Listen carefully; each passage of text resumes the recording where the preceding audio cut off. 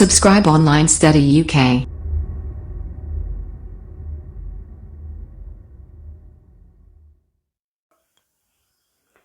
Hey guys, welcome back to online study UK. Online study UK में आपका स्वागत है। आज है जनरल साइंस की सेकेंड वीडियो है। पहली वीडियो आप प्लेलिस्ट में जा सकते हैं, जनरल साइंस में आप वहां देख सकते हैं। तो आइए शुरू करते हैं सामान्य विज्ञान की सीरीज को। इसमें पहला क्वेश्चन है, प्रकृति में सबसे ज़्यादा मात्रा में पाया जाने वाला कार्बनिक यौगिक कौन सा होता है? सेलुलोज, फ्रक्टोज, ग्लूकोज और सुक्रोज। ठीक है, तो इनमें से कौन सा होता है? इनमें से होता है सेलुलोज होता है। ठीक है, सेलुलोज होता है। सेलुलोज का जो एक कार्बनिक यौगिक है सेलुलोज, जिसका रासायनिक सूत्र है C6।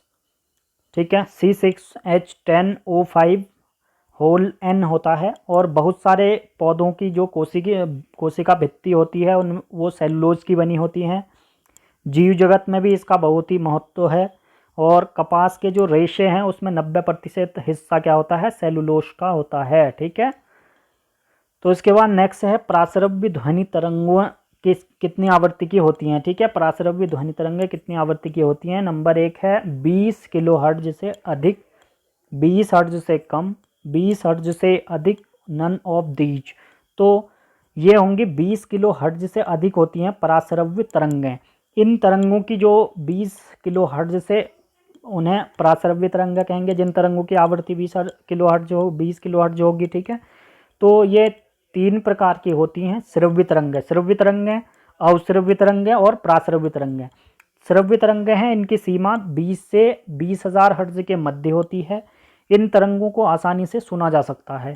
ठीक है, अवश्रव्य तरंगें होती हैं, इनकी आवृत्ति 20 हर्ट्ज से नीचे होती है और इन तरंगों को केवल कुत्ता, बिल्ली और चमगादड़ सुन सकते हैं। ठीक है, प्रासरव्य तरंगें होती हैं जिन्हें कोई नहीं सुन सकता है। केवल इन तरंगों का प्रयोग हम संकेत भेजने, गहराई मापने, सोनार आदि में करते हैं समुद्र में। ठीक है, समुद्र की गहराई नापने में वगैरह में करते हैं। ठीक है, तो इसके बाद नेक्स्ट है, एस्प्रिन का रासायनिक नाम क्या है? एस्प्रिन एक दवाई है। ठीक है, तो एस्प्रिन का रासायनिक नाम क्या है? Alkyl salicylic acid, methyl salicylate, acetyl salicylic acid और कार्बन मोनोऑक्साइड। ठीक है, तो इनमें से कौन सा होगा? Acetyl salicylic acid. ठीक है, इसका जो एस्प्रिन का जो फॉर्मूला है वो है C9H8O4। ठीक है, इसका जो रासायनिक संरचना है, ये है स्ट्रक्चर इसका इस प्रकार है। ठीक है, और इसका जो IUPAC नाम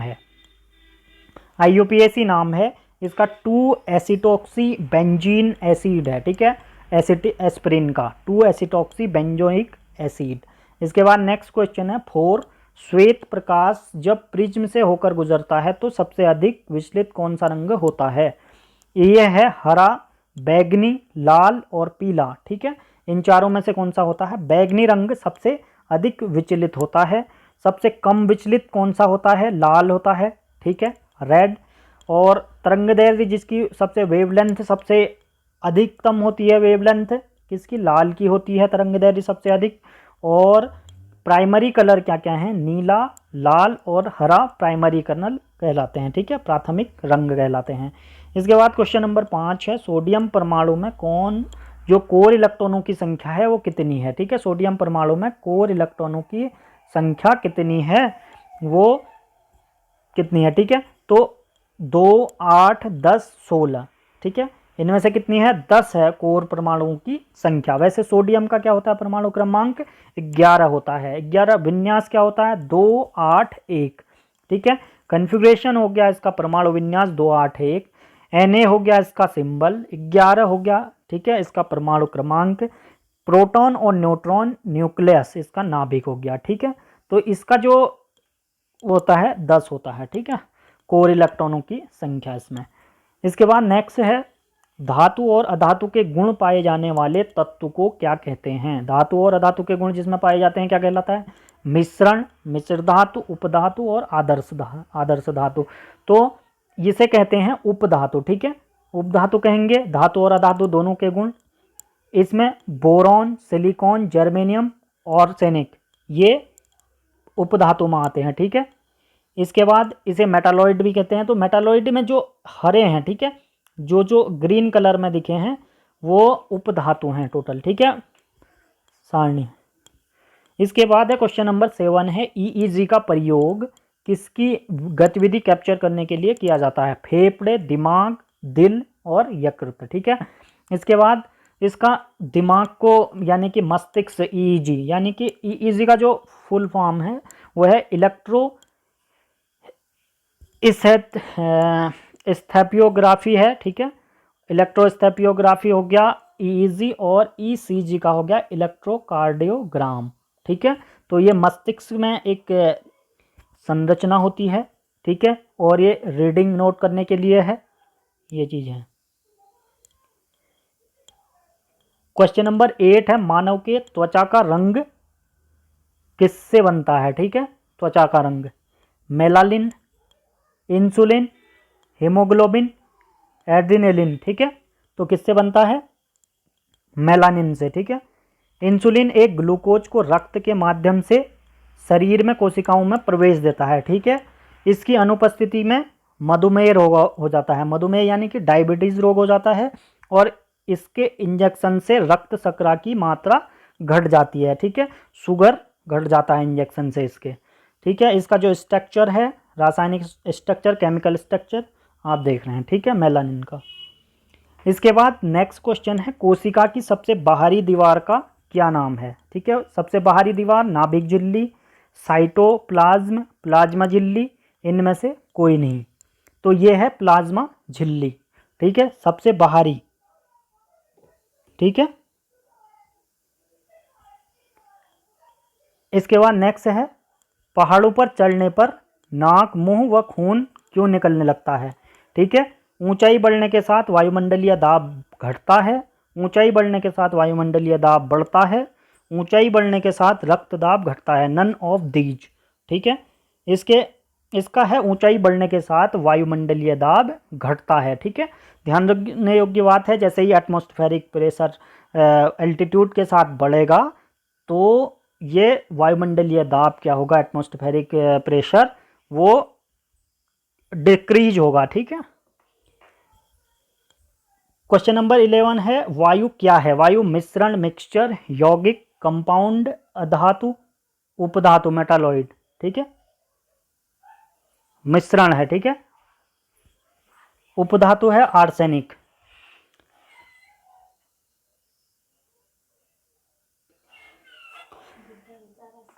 मिश्रण है वायु, वायु का मिश्रण ऑक्सीजन, नाइट्रोजन, कार्बन और हाइड्रो ऑक्साइड एवं जल वाष्प हैं, ठीक है। दूध, दूध में जल, वसा, प्रोटीन, कार्बोहाइड्रेट्स एवं विटामिन्स, ठीक है। समुद्री जल में जल एवं विभिन्न प्रकार के लवण होते हैं। आइसक्रीम में दूध एवं शक्कर होती है, ठीक है। सोडा वाटर में होता है खाने का सोडा, कार्बन डाइऑक्साइड एवं जल का मिश्रण, ठीक है। इसके बाद नेक्स्ट है क्वेश्चन नंबर 12, निम्न में से कौन सी राशि सदिश नहीं है? ठीक है, सदिश नहीं है आयतन, विस्थापन, बल, वेग। तो इनमें से आयतन सदिश राशि नहीं है। अदिश राशि और सदिश राशि में क्या अंतर होता है? तो अदिश राशि वे भौतिक राशियां जो केवल परिमाण एवं प्रमाण व्यक्त करती हैं, ठीक है, प्रमाण द्वारा व्यक्त की जाती हैं, वो सदिश राशियां कहलाती हैं, ठीक है। अदिश राशियों को अंकगणितीय विधि द्वारा जोड़ा या घटाया जा सकता है। द्रव्यमान, चाल, लंबाई, समय, घनत्व अदिश राशियां हैं, ठीक है। वे भौतिक राशियां जो परिमाण के साथ दिशा व्यक्त की जाती है और सदिश राशियां कहलाती हैं ये, ठीक है। सदिश राशियां जो होती हैं वेक्टरों के योग, एडिशन ऑफ वेक्टर द्वारा परिकलित करते हैं इसे। विस्थापन, वेग, त्वरण, बल, संवेग आदि सदिश राशियां हैं, ठीक है। इसके बाद नेक्स्ट क्वेश्चन है क्वेश्चन नंबर 13, हरित ग्रह गैस। हरित ग्रह गैस क्या होती है? Methane, sulphur dioxide, carbon dioxide, उपर्युक्त सभी। तो इसमें उपर्युक्त सभी ये तीनों गैसें हरित ग्रह गैस कहलाती हैं, ठीक है। अधातु के ऑक्साइड प्राय होते हैं। अधातु के ऑक्साइड उदासीन, क्षारीय, अम्लीय और इनमें से कोई नहीं। तो अधातु के ऑक्साइड सदैव क्या होते हैं? अम्लीय होते हैं। किस अधातु का ऑक्साइड अम्लीय वर्षा का कारण बनता है? तो नाइट्रिक अम्ल यानी कि सल्फर ऑक्साइड, सल्फर ऑक्साइड को नाइट्रिक ऑक्साइड से, और नाइट्रिक ऑक्साइड ये क्या हो गया, अधातु का कारण, अम्लीय वर्षा का कारण बनती है नाइट्रिक अम्ल जो है, ठीक है।